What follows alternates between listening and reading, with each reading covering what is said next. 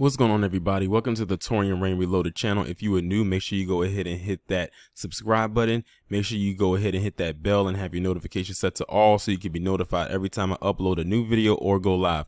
Please be sure to also like, comment, and share the content as well as my other previous content on your various social media platforms. So today I will be doing a bed bucking entry. It has been a while since I've done a bed bucking entry video. I know y'all got hit with two BedbucKKKen videos. The first one, in a while, of course, was the Vivica Fox one. Then I just recently did one on that Amala chick. I don't get me to try to pronounce her last name, even though I said it quite a bit in one of those articles that I read, but that's because I was reading from the page. But today, I think I might have hit the mother lode with this bed bucking video, because I have been wanting to do a bed bucking video on Brandon Fakum for such a long time, but I just cannot find what I wanted to discuss with him, mainly because it's so much that I could say, or various topics when it relates to him, because of all the stuff that just spews out of his mouth every time he opens it or every time he posts something on Twitter. But I think it's going to start here. This is actually probably light work compared to anything else I could have pulled up about him. But this one right here is just okay. It's just absolutely ridiculous at this point, because we just know the grift is real. Just stop pretending and whatnot. Half of the time, I want to convince myself that he doesn't even believe an ounce of the stuff that he says, including this, which is why I'm here talking about that and recording this video right now. So on May 22nd, 2022, Brandon Fakum, first off, I don't know why he keeps calling himself an officer. He hasn't been a cop in years.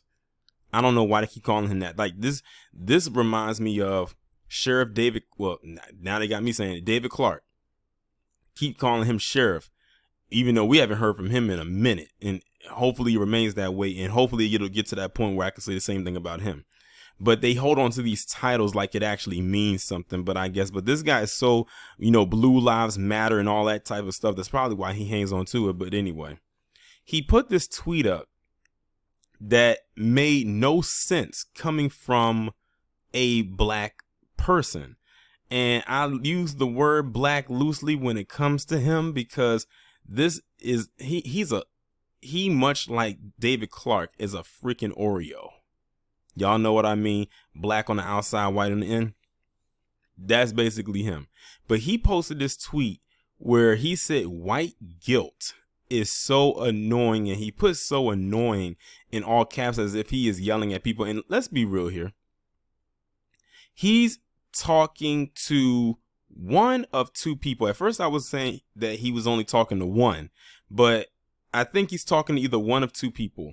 One is the obvious, which is black people, because in his mind, I guess black people are going around telling white people to feel guilty for being white or whatever the case may be. Look, I don't go any part of my day or know any black person that goes any part of their day going around and telling white people to go and feel guilty about being white. I don't do that.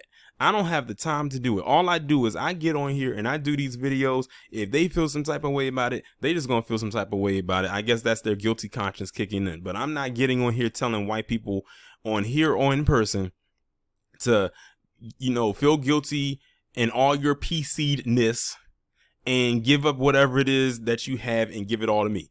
I'm not going out there saying that. That's one.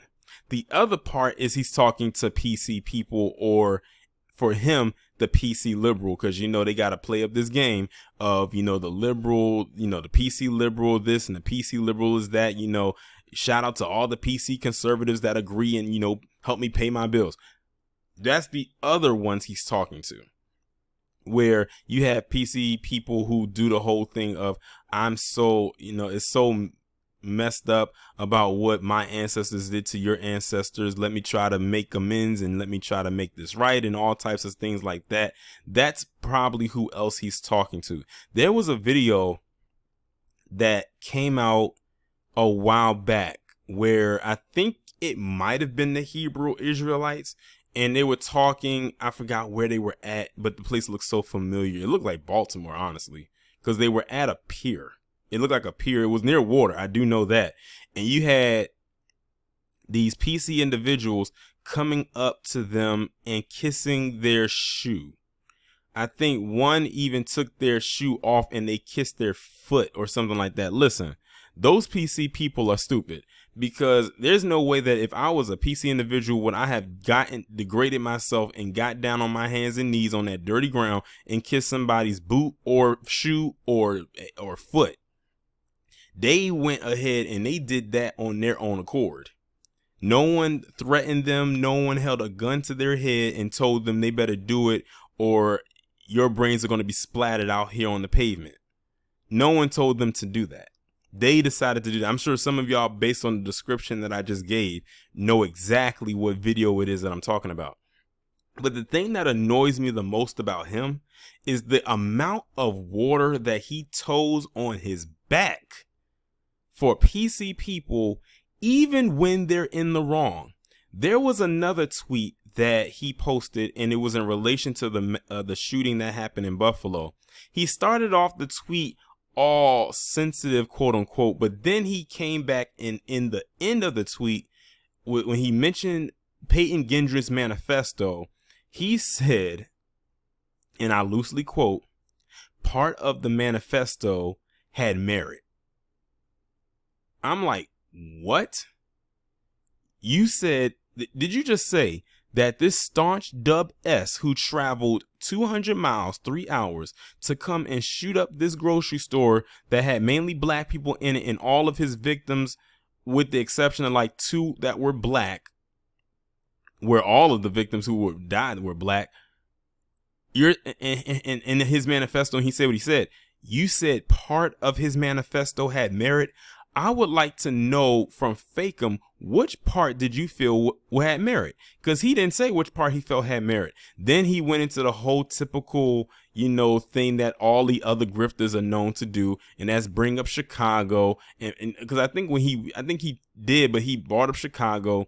He brought up proximity crime, quote unquote, black on black crime, and all basically doing the whole thing of trying to be like, yeah, this is a tragedy, but y'all know what I feel about that, but I'm not going to go into a diatribe about it. This is a tragedy, but look at all the stuff that's going around, in black neighborhoods. We can't always be upset about what happens when someone does something like this, and we got this stuff going on in our backyards. Fakum, you don't even live in our backyard. You live somewhere amongst a lot of PC individuals with your PC wife and your half PC kids. And based on what I've heard, this guy actually fits a stereotype. Doesn't he have children outside of his marriage? I could be wrong, but can someone fact check that for me? Does he have children outside of his marriage? I'm not saying that he cheated on his wife or anything like that, but I'm talking about, did he make some woman before the woman he married a baby mama? And let's not forget that rant that he went on a couple years ago where he, quote unquote, turned on his black side and was throwing out that nigga word like it was losing its steam. Y'all know exactly what I'm talking about. I'm surprised that his followers didn't drift away from him when he did that, but they probably, didn't, because they got a show. They got a kick out of that. They was like, dance, nigga, dance. And that's exactly what he did. And he does it loudly and he does it proudly. But also keep in mind, every time a shooting like this happens, or especially whenever it is a PC cop and the victim is black, he always comes at an angle where he finds a way to defend the cop. Like, he'll say a little something that, how I was wrong, then he'll throw that but word in there and then go off the rails and then lead heavily on that. Meanwhile, I highly doubt that Fakum even spoke about what happened in California the next day after the Buffalo mass shooting, the anti-black mass shooting that happened in Buffalo. I highly doubt that he spoke about what happened at that Taiwanese church in California, where you had that Chinese man, or whatever nation in Asia he derives from, went into that Taiwanese church and shot 8 people, killing 1 of them. All on the basis, as far as I know, of them being Taiwanese. He didn't say anything about Asian on Asian crime. because them Asians are some of the ones that watch and support him too, and support his message when it comes to anti-black hatred. I'm telling you, this guy is a dub S in blackface. I thought David Clark was bad. This guy is 10 times worse. Like I said, it took me a while to find the words to want to do a BedbucKKKen video about this guy, because I could have honestly did it. Like, the material was there, but I don't think I was ready for it just yet. I had to kind of, test the waters a little bit. But yeah, now I just have to say something, because him just coming out and saying this as if PC needs a hand or they need some kind of guidance from the likes of him, that ain't it. That's not it. Of course, you're going to still have people that's going to agree with him, and that is what it is, because they are entertained by his antics. They hang off of his word because they need to use him as a shield. And that's why I said Dub S are some cowards, because they need to use people like him as a shield to protect them from any onslaught from us. But the thing is, we know how to break through him and still get to you. That's what they fail to realize. But that's how you are in America. To me, as a Dub S, you are a failure. And in my eyes, this guy is also a failure. A waste of time, a waste of space, and a waste of melanin, moreover. But he has a platform.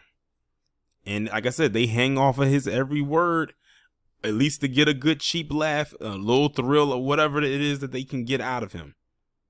But other than that, he's a POS. And he probably knows that. He probably gets off on it, honestly. But yeah. It's so many more things I probably could say about him, but I don't want to go on to make it feel like I'm rambling. And like I said, this is only the tip of the iceberg. He said, like I said, he said way more worse stuff than that. Even more way worse things that I said when he talked about the manifesto having merit. I'm trying to figure out where in his manifesto was there merit. He basically tried to give an excuse or pass to this PC demon, this racist POS, for killing people that look just like him. And had he been in that store, does he actually think that he would have been like, oh, Brandon Tatum, you know what, I'm gonna spare you because I like your content? No, he would have took his black ass out, or tried to.